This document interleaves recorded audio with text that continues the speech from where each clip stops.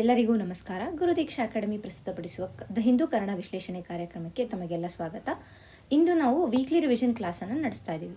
So ಏನು ಈ weekly revision class ಅಂದರೆ, ಈ 5 ದಿನಗಳ ಕಾಲ ಅಂದರೆ ಸೋಮವಾರದಿಂದ ಶುಕ್ರವಾರದವರೆಗೆ ನಾವು ನೋಡಿರುವಂತಹ ಆರ್ಟಿಕಲ್ಸ್ ಏನಿದೆ, ಆ ಆರ್ಟಿಕಲ್ಸ್ನ ನಾವು ಕ್ವೆಶನ್ಸ್ ರೂಪದಲ್ಲಿ ನೋಡ್ತೀವಿ. ಅಂದರೆ ಥ್ರೂ MCQs ನಾವು ಇದನ್ನು ರಿವೈಸ್ ಮಾಡ್ತೀವಿ.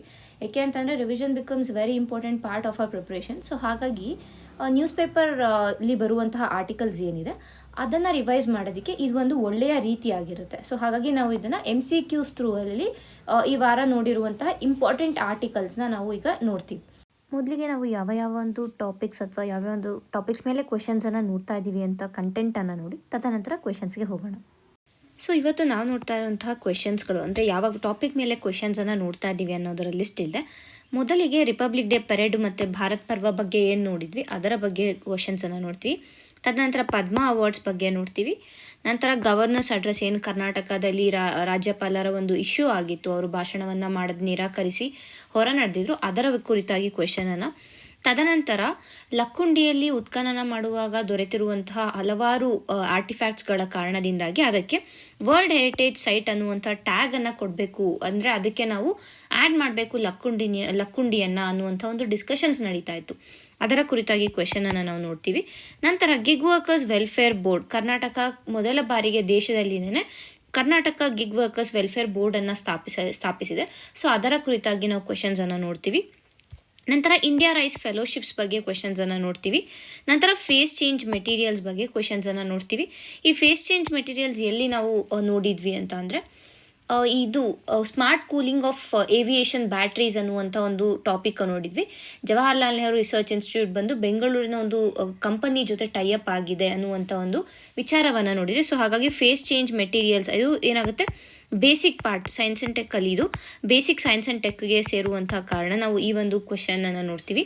ನಂತರ ಹೆರಿಟೇಜ್ ಇಂಪ್ಯಾಕ್ಟ್ ಅಸೆಸ್ಮೆಂಟ್, ಅಂಜನಾದ್ರಿ ಬೆಟ್ಟದ ಸುತ್ತಮುತ್ತ ಡೆವಲಪ್ಮೆಂಟ್ ವರ್ಕ್ಸ್ಗಳನ್ನು ಮಾಡೋದಕ್ಕೆ ಸರ್ಕಾರ ಏನು ಮುಂದಾಗಿದೆ, ಅದಕ್ಕಾಗಿ ಯುನೆಸ್ಕೋ ಏನು ಹೇಳಿತ್ತು ಅಂದರೆ ಹೆರಿಟೇಜ್ ಇಂಪ್ಯಾಕ್ಟ್ ಅಸೆಸ್ಮೆಂಟ್ ರಿಪೋರ್ಟನ್ನು ನೀಡಿ ಅಂತ ಹೇಳಿತ್ತು. ಸೊ ಹಾಗಾಗಿ ಅದರ ಕುರಿತಾಗಿ ನಾವು ನೋಡ್ತೀವಿ. ತದನಂತರ multi lane free flow system ಬಗ್ಗೆ ಕ್ವೆಶನ್ಸನ್ನು ನೋಡ್ತೀವಿ. ಆ್ಯಂಡ್ ನಾನು ಈ ಒಂದು ಆರ್ಟಿಕಲನ್ನು ಡಿಸ್ಕಸ್ ಮಾಡುವಾಗಲೂ ಕೂಡ ಹೇಳಿದ್ದೆ, ಈ ಒಂದು ಸಿಸ್ಟಮ್ ಏನಿದೆ ಇಟ್ ಬಿಕಮ್ಸ್ ವೆರಿ ಇಂಪಾರ್ಟೆಂಟ್. ಇದರ ಒಂದು ಫೀಚರ್ಗಳು ಏನಿದ್ದಾವೆ, ಇದರ ಒಂದು ಮುಖ್ಯ ವೈಶಿಷ್ಟ್ಯತೆಗಳು ಏನಿದ್ದಾವೆ ಅದು ನಮಗೆ ಇಂಪಾರ್ಟೆಂಟ್ ಆಗುತ್ತೆ. ಹಾಗೆಯೇ ಇದು ಮತ್ತು ಫಾಸ್ಟ್ಯಾಗ್ ಮತ್ತು MLFF ಏನಿದೆ ಇದೆರಡರ ಮಧ್ಯೆ ಇರುವಂಥ ವ್ಯತ್ಯಾಸ ಕೂಡ ನಮಗೆ ಇಂಪಾರ್ಟೆಂಟ್ ಆಗುತ್ತೆ ಅಂತ ನಾವು ಅದನ್ನ ಡಿಸ್ಕಸ್ ಕೂಡ ಮಾಡಿದ್ವಿ. ಸೊ ಅದರ ಕುರಿತಾಗಿ ಕ್ವೆಶನನ್ನು ನೋಡ್ತೀವಿ. ತದನಂತರ ವೋಲ್ಫ್ ಡಾಗ್ ಬಗ್ಗೆ ಕ್ವೆಶನ್ಸನ್ನು ನೋಡ್ತೀವಿ. ಏಕೆ ಅಂತಂದರೆ ಏನು ಫಾರೆಸ್ಟ್ ಏರಿಯಾದಕ್ಕೆ ನಾವು ಎನ್ಕ್ರೋಚ್ಮೆಂಟನ್ನು ಮಾಡ್ಕೊಂಡು ಹೋಗ್ತಾ ಇದ್ದೀವಿ, ಆ ಒಂದು ಕಾರಣದಿಂದ ಏನಾಗ್ತದೆ, ಮ್ಯಾನ್ ಅನಿಮಲ್ ಕಾನ್ಫ್ಲಿಕ್ಟ್ ಒಂದು ಕಡೆ ಹೆಚ್ಚಾಗ್ತಾ ಇದ್ರೆ ಕಾಡು ಪ್ರಾಣಿಗಳು ಮತ್ತು ಸಾಕು ಪ್ರಾಣಿಗಳ ನಡುವೆ ಒಂದು ಏನು ಸಂವಹನ ಆಗ್ತದೆ ಅದು ಕೂಡ ಹೆಚ್ಚಾಗ್ತದೆ. ಅದರಿಂದ ಈ ರೀತಿಯಾಗಿ ಪರಿಸರದಲ್ಲೇನೇ ಹೈಬ್ರಿಡ್ಗಳು ಏನಂತೀವಿ ಡೆವಲಪ್ ಆಗ್ತಾ ಇದೆ. ಸೊ ಹಾಗಾಗಿ ಅದರ ಕುರಿತಾಗಿ ನೋಡಿದ್ವಿ ಆರ್ಟಿಕಲನ್ನು. ಸೊ ಅದರ ಕುರಿತಾಗಿ ಕ್ವೆಶನನ್ನು ನೋಡ್ತೀವಿ. ತದನಂತರ ಕರ್ನಾಟಕದ ಡ್ರಾಫ್ಟ್ ವೇಜ್ ರೂಲ್ಸ್ ಬಗ್ಗೆ ಕ್ವೆಶನನ್ನು ನೋಡ್ತೀವಿ. ತುಳು ಲ್ಯಾಂಗ್ವೇಜ್ ಮತ್ತು ಅಫಿಷಿಯಲ್ ಲ್ಯಾಂಗ್ವೇಜ್, ಇದು ಕರ್ನಾಟಕ ರಾಜ್ಯಕ್ಕೆ ತುಳುವನ್ನು ಎರಡನೇ ಒಂದು ಅಧಿಕೃತ ಭಾಷೆಯಾಗಿ ಮಾಡಬೇಕು ಅನ್ನುವಂಥ ಒಂದು ನಿರ್ಧಾರ ಏನಿದೆ ಅಥವಾ ಒಂದು ಬೇಡಿಕೆ ಏನಿದೆ ಅದರ ಕುರಿತಾಗಿ ನಾವು ಆರ್ಟಿಕಲನ್ನು ನೋಡಿದ್ವಿ. ಸೊ ಅದೇ ದೃಷ್ಟಿಯಲ್ಲಿ ನಾವು ತುಳು ಲ್ಯಾಂಗ್ವೇಜ್ ಬಗ್ಗೆ ಮತ್ತು ಅಫಿಷಿಯಲ್ ಲ್ಯಾಂಗ್ವೇಜಸ್ ಬಗ್ಗೆ ಕ್ವೆಶನ್ಸನ್ನು ನೋಡ್ತೀವಿ. ತದನಂತರ ಕರ್ನಾಟಕ ATM ವಿತ್ಡ್ರಾವಲ್ಸಲ್ಲಿ ಮೊದಲನೇ ಸ್ಥಾನವನ್ನು ಪಡೆದಿದೆ ದೇಶದಲ್ಲಿ ಅಂತ ನೋಡಿದ್ವಿ. ಸೊ ಅದರ ಕುರಿತಾಗಿ ಕ್ವೆಶನನ್ನು ನೋಡ್ತೀವಿ. ನಂತರ ಬೆಂಗಳೂರು ಇಂಟರ್ನ್ಯಾಷನಲ್ ಫಿಲ್ಮ್ ಫೆಸ್ಟಿವಲ್ ಬಗ್ಗೆ ಕ್ವೆಶನ್ಸನ್ನು ನೋಡ್ತೀವಿ. ಹಾಗೆ ಸ್ಮಾರ್ಟ್ ಸಿಟಿ ಮಿಷನ್ ಬಗ್ಗೆ ಕೂಡ ಕ್ವೆಶನ್ಸನ್ನು ನಾವು ನೋಡ್ತೀವಿ. ಇವತ್ತಿನ ಕ್ವೆಶನ್ ಹೇಗಿರುತ್ತೆ ಅಂತಂದರೆ, ಸುಮಾರು ಒಂದು 15ರಿಂದ 20 ಕ್ವೆಶನನ್ನು ನಾವು ಡಿಸ್ಕಸ್ ಮಾಡ್ತೀವಿ. ತದನಂತರ ಲಾಸ್ಟಲ್ಲಿ ಪ್ರಾಕ್ಟೀಸ್ ಕ್ವೆಶನ್ಸನ್ನು ಸುಮಾರು ಒಂದು 5-6 ಕ್ವೆಶನ್ಸನ್ನು ಪ್ರಾಕ್ಟೀಸ್ ಕ್ವೆಶನ್ಸ್ ಅಂತ ಕೊಟ್ಟಿರ್ತೀವಿ. ಸೊ ಆ 5-6 ಕ್ವೆಶನನ್ನು ನೀವು ಅಟೆಂಪ್ಟ್ ಮಾಡಿ ನೀವು ನಿಮ್ಮ ಆನ್ಸರನ್ನು ಕಮೆಂಟಲ್ಲಿ ನೀವು ಪೋಸ್ಟ್ ಮಾಡ್ಬೋದಾಗುತ್ತೆ. ಆ್ಯಂಡ್ ನಾವು ಅದಕ್ಕೆ ರಿಪ್ಲೈ ಕೂಡ ಮಾಡ್ತೀವಿ. If that answer is correct or not ಅಂತ ನಾವು ಅದಕ್ಕೆ ರಿಪ್ಲೈ ಕೂಡ ಮಾಡ್ತೀವಿ. ಸೊ ಪ್ರಾಕ್ಟೀಸ್ ಕ್ವೆಶನ್ಸನ್ನು ಕೂಡ ಅಟೆಂಪ್ಟ್ ಮಾಡಿ. ಇದು ನಿಮ್ಮ ರಿವಿಷನ್ ಏನಿದೆ ಅದನ್ನು ಮತ್ತಷ್ಟು ಎಫೆಕ್ಟಿವ್ ಆಗಿ ಮಾಡುತ್ತೆ ಅನ್ನುವಂಥ ಒಂದು ದೃಷ್ಟಿಯಲ್ಲಿ ನಾವು ಈ ರೀತಿಯಾಗಿ ಮಾಡ್ತಾ ಇರುವಂಥದ್ದು. ಈಗ ಮೊದಲನೇ ಒಂದು ಕ್ವೆಶನನ್ನು ನೋಡೋಣ. ಮೊದಲ ಕ್ವೆಶನ್ ಬಂದು, ವಿಚ್ ಮಿನಿಸ್ಟ್ರಿ ಆರ್ಗನೈಸಸ್ ಭಾರತ ಪರ್ವ? ಭಾರತ ಪರ್ವ ಅನ್ನು ಯಾವ ಸಚಿವಾಲಯ ಆಯೋಜಿಸುತ್ತದೆ? Ministry of culture, ministry of tourism, ministry of defence ಅಥವಾ ಮಿನಿಸ್ಟ್ರಿ ಆಫ್ ಹೋಮ್ ಅಫೇರ್ಸ್? ನೀವೀಗ ಆನ್ಸರ್ ಮಾಡ್ಬೋದಾಗುತ್ತೆ. ನಾವು ಯಾಕೆ ಒಂದು ಕ್ವಶನನ್ನು ನೋಡ್ತಾ ಇದ್ದೀವಿ ಅನ್ನೋದನ್ನು ಹೇಳ್ತೀನಿ ಅಷ್ಟರಲ್ಲಿ. ಸೊ ಭಾರತ ಪರ್ವ ಬಗ್ಗೆ ಮತ್ತು ರಿಪಬ್ಲಿಕ್ ಡೇ ಪರೇಡ್, ಒಂದು ಕಡೆ ರಿಪಬ್ಲಿಕ್ ಡೇ ಪರೇಡ್ ಬಗ್ಗೆ ನೋಡಿದ್ವಿ, ಹಾಗೆ ಭಾರತ ಪರ್ವ ಬಗ್ಗೆ ನೋಡಿದ್ವಿ, ಕಂಪ್ಲೀಟ್ ಇನ್ಫಾರ್ಮೇಷನನ್ನು ನೋಡಿದ್ವಿ. ಸೊ ಅದೇ ದೃಷ್ಟಿಯಲ್ಲೇ ನಾವು ಈ ಕ್ವೆಶನನ್ನು ನೋಡ್ತಾ ಇರೋದು. ಸೊ ಆನ್ಸರ್ ಬಂದು ಮಿನಿಸ್ಟ್ರಿ ಆಫ್ ಟೂರಿಸಮ್. ಇಲ್ಲಿ ನಮಗೆ ministry of culture, ministry of tourism ಅನ್ನುವಂಥ ಒಂದು ಗೊಂದಲ ಸೃಷ್ಟಿಯಾಗುವಂಥ ಎಲ್ಲ ಚಾನ್ಸಸ್ಗಳಿದೆ. ಬಟ್ ಇದು ಆನ್ಸರ್ ಬಂದು ಮಿನಿಸ್ಟ್ರಿ ಆಫ್ ಟೂರಿಸಮ್. ಸೊ ಇದು ನಮಗೆ ಇಂಪಾರ್ಟೆಂಟ್ ಆಗುತ್ತೆ. ಈ ರೀತಿಯಾದ ಕ್ವೆಶನ್ಸ್ಗಳೇ ಟ್ರ್ಯಾಪ್ ಸೆಟ್ಟಿಂಗ್ ಕ್ವೆಶನ್ಸ್ ಅಂತ ನಾವು ಹೇಳ್ಬೋದಾಗುತ್ತೆ. ಯಾಕೆಂದರೆ ಇಲ್ಲಿ ಎರಡು ಏನಾಗುತ್ತೆ, ಭಾರತ ಪರ್ವದಲ್ಲಿ ಯೂಶಲ್ ಆಗಿ ಏನು ಮಾಡ್ತಾರೆ, ನಮ್ಮ ಒಂದು ಕಲ್ಚರ್ ಅಥವಾ ಆ ಟ್ಯಾಬ್ಲೋಗಳು ಏನಿರ್ತವೆ, ಆ ಸ್ತಬ್ಧ ಚಿತ್ರಗಳನ್ನು ಅಲ್ಲಿ ಪ್ರದರ್ಶಿಸ್ತಾರೆ. ಸೊ ದ್ಯಾಟ್ ಬೇರೆ ಬೇರೆ ಒಂದು ರಾಜ್ಯಗಳ ಸಂಸ್ಕೃತಿಯ ಕುರಿತಾಗಿ ಅಲ್ಲಿ ಎಕ್ಸ್ಪ್ರೆಸ್ ಮಾಡ್ಬೋದು, ಎಕ್ಸಿಬಿಟ್ ಮಾಡ್ಬೋದು ಅನ್ನುವಂಥ ಒಂದು ದೃಷ್ಟಿಯಿಂದ. ಆದರೆ ಇಲ್ಲಿ ಆನ್ಸರ್ ಬಂದು ಮಿನಿಸ್ಟ್ರಿ ಆಫ್ ಕಲ್ಚರ್ ಆಗೋದಿಲ್ಲ, ಬಟ್ ಮಿನಿಸ್ಟ್ರಿ ಆಫ್ ಟೂರಿಸಮ್ ಆಗುತ್ತೆ. ಮುಂದಿನ ಒಂದು ಕ್ವೆಶನನ್ನು ನೋಡೋಣ. Consider the following statements. ಕೆಳಗಿನ ಹೇಳಿಕೆಗಳನ್ನು ಪರಿಗಣಿಸಿ. ಇದು with respect to Padma awards ಬಗ್ಗೆ ನಾವು ಏನು ನೋಡಿದ್ವಿ ಅದರ ಬಗ್ಗೆ ನಾವು ಇಲ್ಲಿ ಕ್ವೆಶನನ್ನು ನೋಡ್ತಾ ಇದ್ದೀವಿ. ಪದ್ಮ ಪ್ರಶಸ್ತಿಗಳಿಗೆ ನಗದು ಬಹುಮಾನ ಇರುವುದಿಲ್ಲ. ಮತ್ತು ಎರಡನೇ ಸ್ಟೇಟ್ಮೆಂಟ್ ಬಂದು ಪದ್ಮ ಪ್ರಶಸ್ತಿಗಳನ್ನು ಪ್ರತಿ ವರ್ಷ ಗಣರಾಜ್ಯೋತ್ಸವದಂದು ಘೋಷಿಸಲಾಗುತ್ತದೆ. ಪದ್ಮ ಪ್ರಶಸ್ತಿಯನ್ನು ಮರಣೋತ್ತರವಾಗಿ ನೀಡಬಹುದು. ಮತ್ತು ನಾಲ್ಕನೇ ಸ್ಟೇಟ್ಮೆಂಟ್ ಬಂದು ವಿದೇಶಿ ನಾಗರಿಕರು ಸಹ ಪದ್ಮ ಪ್ರಶಸ್ತಿಗಳನ್ನು ಪಡೆಯಬಹುದು. ಸೊ ಇಲ್ಲಿ 4 ಸ್ಟೇಟ್ಮೆಂಟ್ಗಳಿದೆ. ಈ 4 ಸ್ಟೇಟ್ಮೆಂಟ್ಗಳಲ್ಲಿ ಎಷ್ಟು ಸರಿಯಾಗಿದೆ ಅಂತ ಕೇಳ್ತಾ ಇದ್ದಾರೆ. ಸೊ ನೀವು ಇದನ್ನು ಆನ್ಸರ್ ಮಾಡಿ. ನಾನು ಅಷ್ಟರಲ್ಲಿ ಇದನ್ನ ಯಾಕೆ ನೋಡಿದ್ವಿ ಅನ್ನೋದನ್ನು ನಾನು ಹೇಳ್ತೀನಿ. ಸೊ ಪದ್ಮ ಅವಾರ್ಡ್ಸ್ಗಳನ್ನು ಅನೌನ್ಸ್ ಮಾಡಿದ್ರು ಯಾವಾಗ, ರಿಪಬ್ಲಿಕ್ ಡೇ ಈ ಒಂದು ದಿನದಲ್ಲಿ, ಈ ರಿಪಬ್ಲಿಕ್ ಡೇ ಟೈಮಲ್ಲಿ ಇದನ್ನ ಅನೌನ್ಸ್ ಮಾಡ್ತಾರೆ. ಆದರೆ ಇದನ್ನು ಪ್ರದಾನ ಮಾಡುವುದು ಮಾರ್ಚ್ ಏಪ್ರಿಲ್ ಟೈಮಲ್ಲಿ ಇದನ್ನು ಕೊಡುವಂಥದ್ದು. ಬರೀ ಈಗ ಸದ್ಯಕ್ಕೆ ನೇಮ್ಸನ್ನು ಮಾತ್ರ ಅನೌನ್ಸ್ ಮಾಡಿರ್ತಾರೆ. ಇದು ಒಂದು. ತದನಂತರ ಈ ಪದ್ಮ ಅವಾರ್ಡಲ್ಲಿ ಯಾವುದೇ ರೀತಿಯಾದ ಒಂದು ನಗದು ಬಹುಮಾನ ಇರೋದಿಲ್ಲ, ಮಾನಿಟರಿ ಗ್ರ್ಯಾಂಟನ್ನು ಪದ್ಮ ಅವಾರ್ಡಲ್ಲಿ ಕೊಡೋದಿಲ್ಲ. ಈಗ ಮತ್ತು ಈ ಸೆಕೆಂಡ್ ಸ್ಟೇಟ್ಮೆಂಟ್ ಕೂಡ ಕರೆಕ್ಟ್ ಇದೆ. ಯಾಕೆಂತಂದರೆ ಪ್ರತಿ ವರ್ಷ ಅನೌನ್ಸ್ ಮಾಡ್ತಾರೆ ರಿಪಬ್ಲಿಕ್ ಡೇ ದಿನದಂದು ಅಥವಾ ರಿಪಬ್ಲಿಕ್ ಡೇ ಒಟ್ಟಿನಲ್ಲಿ ರಿಪಬ್ಲಿಕ್ ಡೇ ಟೈಮಲ್ಲಿ ಇದನ್ನ ಅನೌನ್ಸ್ ಮಾಡುವಂಥದ್ದು. ಸೊ ಇದು correct. Padma awards can be conferred posthumously ಅಂತ ಇಲ್ಲಿ ಹೇಳ್ತಾ ಇದ್ದಾರೆ. ಸೊ ಇಲ್ಲಿ ವರ್ಡ್ ಏನು ಅಂತಂದರೆ ಕ್ಯಾನ್. ಯೂಶಲ್ ಆಗಿ ಕೊಡೋದಿಲ್ಲ ಪದ್ಮ ಅವಾರ್ಡ್ಸ್ನ, ಯೂಶಲ್ ಆಗಿ ಮರಣೋತ್ತರವಾಗಿ ನೀಡೋದಿಲ್ಲ. ಬಟ್ ಎಕ್ಸೆಪ್ಷನಲ್ ಟೈಮಲ್ಲಿ, ಅಂದರೆ ಫಾರ್ ಎಕ್ಸಾಂಪಲ್ ಈಗ ಧರ್ಮೇಂದ್ರ ಅವ್ರಿಗೆ ನೀಡಿದ್ದಾರೆ. ಈ ವರ್ಷ ನಾವು ನೋಡಿದಾಗ ಧರ್ಮೇಂದ್ರ ಅವ್ರಿಗೆ ನೀಡಿದ್ದಾರೆ. ಬಟ್ ಅವ್ರು ಈ ವರ್ಷ ಮರಣ ಹೊಂದಿರುವಂಥ ಕಾರಣ, ಬಟ್ ಸ್ಟಿಲ್ ಅವ್ರು ಕೊಟ್ಟಿರುವಂಥ ಕಾಂಟ್ರಿಬ್ಯೂಷನ್ ಇದೆ ಈ ಭಾರತ ಸಿನಿಮಾ ಕ್ಷೇತ್ರಕ್ಕೆ, ಆ ಒಂದು ನಿಟ್ಟಿನಲ್ಲಿ ಅವರಿಗೆ ಕೊಡಲಾಗಿದೆ. ಸೊ ಇಟ್ ಕ್ಯಾನ್ ಬಿ, ಅಂದರೆ ಯೂಶುವಲ್ ಆಗಿ ಕೊಡೋದಿಲ್ಲ, but it can be sometimes ಅನ್ನುವಂಥದ್ದು. ಮತ್ತು 4ನೇ ಸ್ಟೇಟ್ಮೆಂಟ್ ಬಂದು ವಿದೇಶಿ ನಾಗರಿಕರಿಗೆ ಈ ಒಂದು ಪಡೆಯಬಹುದು. ಇದು ಕರೆಕ್ಟ್. ವಿದೇಶಿ ನಾಗರಿಕರಿಗೆ ಸಹ ಪದ್ಮ ಪ್ರಶಸ್ತಿಗಳನ್ನು ಕೊಡ್ಬೋದು ಅನ್ನುವಂಥದ್ದು. ಸೊ ಎಲ್ಲ 4 ಸ್ಟೇಟ್ಮೆಂಟ್ಗಳು ಇಲ್ಲಿ ಕರೆಕ್ಟ್ ಆಗಿವೆ. ಆ್ಯಂಡ್ ಪದ್ಮ ಅವಾರ್ಡ್ಸ್ ಬಗ್ಗೆ ನಾವು ಕಂಪ್ಲೀಟಾಗಿ ಸೋಮವಾರದ ಒಂದು ವಿಡಿಯೋದಲ್ಲಿ, ರಿಪಬ್ಲಿಕ್ ಡೇ ದಿನದ ಒಂದು ವಿಡಿಯೋ ಏನಿದೆ ಆ ವಿಡಿಯೋದಲ್ಲಿ ಡಿಸ್ಕಸ್ ಮಾಡಿದ್ದೀವಿ. ನೀವು ಅಲ್ಲಿ ಹೋಗಿ ಒಂದ್ಸತಿ ರಿವೈಸ್ ಮಾಡ್ಕೋಬೋದಾಗುತ್ತೆ. ಈಗ ಮುಂದಿನ ಕ್ವೆಶನನ್ನು ನೋಡೋಣ. ರಾಜ್ಯಪಾಲರ ಭಾಷಣ ಕುರಿತು ಕೆಳಗಿನ ಹೇಳಿಕೆಗಳನ್ನು ಪರಿಗಣಿಸಿ. ಮೊದಲನೇದು, ಪ್ರತಿ ವರ್ಷದ ಮೊದಲ ಅಧಿವೇಶನದ ಆರಂಭದಲ್ಲಿ ರಾಜ್ಯಪಾಲರು ವಿಧಾನಮಂಡಲವನ್ನು ಉದ್ದೇಶಿಸಿ ಭಾಷಣ ಮಾಡುತ್ತಾರೆ. ಇದು ಕರೆಕ್ಟು. ನಾವೆಲ್ಲ ನೋಡಿದ್ದೀವಿ. ಯಾಕೆಂದರೆ ಇದು ಲಾಸ್ಟ್ ವೀಕಿಂದ ಬರ್ತಾ ಇರುವಂಥ ಕಾರಣ ಲಾಸ್ಟ್ ವೀಕ್ನ ರಿವಿಷನ್ ಕ್ಲಾಸಲ್ಲೂ ನೋಡಿದ್ದೀವಿ. ತದನಂತರ ಬಂದಿರುವ ವಿಡಿಯೋಗಳಲ್ಲೂ ಕೂಡ ನಾವು ಇದನ್ನ ನೋಡಿದ್ದೀವಿ. ಯಾವ ಆರ್ಟಿಕಲ್ ಬರುತ್ತೆ, ಆರ್ಟಿಕಲ್ 176 ಇದನ್ನ ಹೇಳುತ್ತೆ. ಸೊ ಹಾಗಾಗಿ ಈ ಫಸ್ಟ್ ಸ್ಟೇಟ್ಮೆಂಟ್ ಕರೆಕ್ಟ್ ಆಗಿದೆ. Next, the governors address reflects the agenda of the elected state government. ರಾಜ್ಯಪಾಲರ ಭಾಷಣವು ಆಯ್ಕೆಯಾದ ರಾಜ್ಯ ಸರ್ಕಾರದ ಕಾರ್ಯಯೋಜನೆಯನ್ನು ಪ್ರತಿಬಿಂಬಿಸುತ್ತದೆ. ಇದು ಕೂಡ ಕರೆಕ್ಟ್ ಆಗಿದೆ.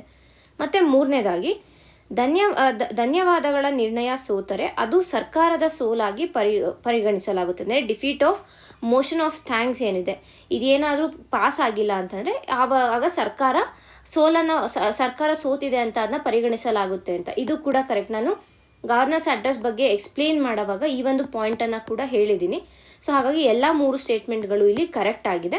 ಆದರೆ ಇಲ್ಲಿ ಕ್ವೆಶನ್ ಕೇಳ್ತಾ ಇರೋದು ಇನ್ಕರೆಕ್ಟ್ ಸ್ಟೇಟ್ಮೆಂಟ್ ಯಾವುದು ಅಂತ. ಇಲ್ಲಿ ಇನ್ನೊಂದು ಆಪ್ಷನ್ ಮಿಸ್ ಆಗಿದೆ. ಆಪ್ಷನ್ ಬಂದು ನನ್, ಅಂದರೆ ಯಾವ್ದು ಮೇಲಿನ ಯಾವುದು ಅಲ್ಲ. ಸೊ ಆನ್ಸರ್ ಬಂದು ಆಪ್ಷನ್ ಡಿ, ನನ್ ಆಗುತ್ತೆ. ಸೊ ಇದು ಅರ್ಥ ಆಗಿದೆ ಅಂತ ಅನ್ಕೋತೀನಿ. ಈಗ ಮುಂದಿನ ಒಂದು ಕ್ವೆಶನನ್ನು ನೋಡೋಣ. Match the following organisations with their rules. ಅಂದರೆ ಇಲ್ಲಿ ಇದೊಂದು ಆರ್ಟಿಕಲ್ ಏನಿದೆ, ಇಲ್ಲಿ ಯುನೆಸ್ಕೋ, ಇಕೋಮಾಸ್, ಇಂಟ್ಯಾಕ್ ಇದ್ರ ಬಗ್ಗೆ ಕೇಳ್ತಾ ಇದ್ದಾರೆ. ಸೊ ಇಲ್ಲಿ ಏನಾಗಿತ್ತು ಅಂತಂದರೆ ಲಕ್ಕುಂಡಿಗೆ ಯುನೆಸ್ಕೋ ಟ್ಯಾಗನ್ನು ಕೊಡಬೇಕು ಅನ್ನುವಂಥ ಒಂದು ವಿಚಾರ ಸೃಷ್ಟಿಯಾಗಿತ್ತು. ಅಂದರೆ ಯುನೆಸ್ಕೋ ವಿಶ್ವ ಪಾರಂಪರಿಕ ತಾಣ ಅನ್ನುವಂಥ ಒಂದು ಟ್ಯಾಗ್ ಏನು ಕೊಡುತ್ತೆ ಅದನ್ನು. ಸೊ ಅದಕ್ಕೆ ಆ ಒಂದು ಪ್ರಾಸೆಸ್ ಏನು ಅನ್ನೋದ್ರ ಕುರಿತಾಗಿ ನಾವು ಮಾತಾಡಿದ್ವಿ. ಅಂದರೆ ಈಗ ಯುನೆಸ್ಕೋ ವರ್ಲ್ಡ್ ಹೆರಿಟೇಜ್ ಸೈಟ್ಗೆ ಲಕ್ಕುಂಡಿಯನ್ನು ಆ್ಯಡ್ ಮಾಡಬೇಕು ಅಂದರೆ ಯಾವ ಒಂದು ಪ್ರಾಸೆಸನ್ನು ನಾನು ಅಲ್ಲಿ ಫಾಲೋ ಮಾಡಬೇಕು ಅನ್ನೋದ್ರ ಕುರಿತಾಗಿ ನಾವು ನೋಡಿದ್ವಿ. ಸೊ ಅದೇ ಒಂದು ನಿಟ್ಟಿನಲ್ಲಿ ಈ ಕ್ವೆಶನನ್ನು ನೋಡ್ತಾ ಇದ್ದೀವಿ. ಅಂದರೆ ಇಲ್ಲಿ ಏನು ಮಾಡಿದ್ದಾರೆ ಅಂತಂದರೆ ರೋಲ್ಸ್ ಅಂದರೆ ಈ ಒಂದು ಆರ್ಗನೈಸೇಷನ್ಸನ್ನು ಕೊಟ್ಟಿದ್ದಾರೆ, ಅವುಗಳ ಮುಖ್ಯ ಕಾರ್ಯಗಳೇನು ಅನ್ನೋದನ್ನು ನಾವು ಮ್ಯಾಚ್ ಮಾಡಬೇಕಾಗುತ್ತೆ. ಸೊ ಮೊದಲಿಗೆ ನಾವು ಯುನೆಸ್ಕೋ ಅನ್ನು ನೋಡಿದ್ರೆ ಏನು ಮಾಡುತ್ತೆ, ಇದು international recognition of heritage sites. ಆ ಒಂದು ಏನು ಪಾರಂಪರಿಕ ತಾಣಗಳು ಏನಿರ್ತವೆ ಅದಕ್ಕೆ ಒಂದು ಇಂಟರ್ನ್ಯಾಷನಲ್ ರೆಕಗ್ನಿಷನನ್ನು ಕೊಡುತ್ತೆ. ಸೊ ಇಲ್ಲಿ ಫಸ್ಟ್ ಒನ್ಗೆ ಬಿ ಮ್ಯಾಚ್ ಆಗುತ್ತೆ. ಹಾಗಾಗಿ ನಮಗೆ ಇದು 2 ಆಪ್ಷನ್ ಹೊರಟೋಗುತ್ತೆ. ನಂತರ ಇಕೋಮಾಸ್ ಮತ್ತು ಇಂಟ್ಯಾಕ್ ಏನಿದೆ, ಇದು ಭಾರತದಲ್ಲಿ ಯಾವುದೇ ಒಂದು ಕನ್ಸರ್ವೇಷನ್ ಏನಿದೆ ಅದರ ಬಗ್ಗೆ ನೋಡ್ಕೊಳ್ಳುತ್ತೆ. ಇಕೋಮಾಸ್ ಏನು ಮಾಡುತ್ತೆ ಅಂತಂದರೆ, ಈಗ ವಿಶ್ವ ಪಾರಂಪರಿಕ ತಾಣದ ಒಂದು ಟ್ಯಾಗ್ ಬೇಕು ಅಂತಂದರೆ ದೇಶಗಳು ಒಂದು ಅರ್ಜಿಯನ್ನು ಸಲ್ಲಿಸಬೇಕಾಗತ್ತೆ ಅಲ್ವಾ. ಆ ಅರ್ಜಿಯನ್ನು ಪರಿಶೀಲಿಸೋದು, ಅದನ್ನ ಇವ್ಯಾಲ್ಯೂಯೇಟ್ ಮಾಡುವ ಒಂದು ಕೆಲಸ ಇಕೋಮಾಸ್ ಆಗಿರುತ್ತೆ.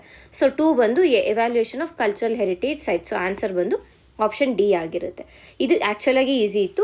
ನೀವು ಮತ್ತೊಂದು ಸತಿ ರಿವೈಸ್ ಮಾಡೋವಾಗ ಬೇರೆ ಏನು ನೋಡ್ಕೋತೀರ ಅಂದರೆ ಇಂಟ್ಯಾಕ್ ಬಗ್ಗೆ ಸ್ವಲ್ಪ ಇನ್ಫಾರ್ಮೇಷನನ್ನು ಕಲೆಕ್ಟ್ ಮಾಡ್ಕೊಳ್ಳಿ.